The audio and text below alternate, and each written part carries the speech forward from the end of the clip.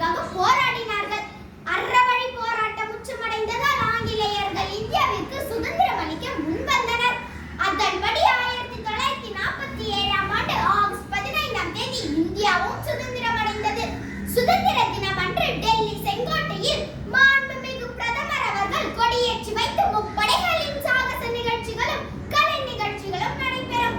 இந்த அற்புத திருநாளில் சுதந்திரத்திற்காக உழைத்த தியாகிகளை போற்றி வணங்குவோம். நாட்டை உயிரினும் மேலாக பாதுகாப்போம். வாழ்க பாரதம், வளர்க பாரதம், வந்தே மாதரம், வந்தே மாதரம்.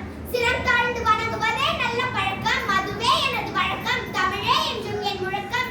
பேசி முடிக்கிறேன்.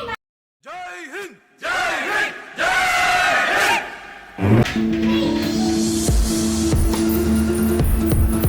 அண்ணா, நான் தான் பேச்சு போட்டியில் முதலிடம். வாழ்த்துக்கள் வாழ்த்துக்கள்.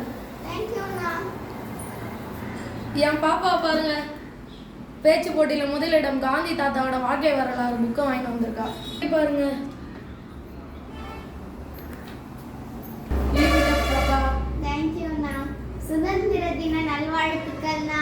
பாப்பா, சுதந்திர தின நல்வாழ்த்துக்கள்.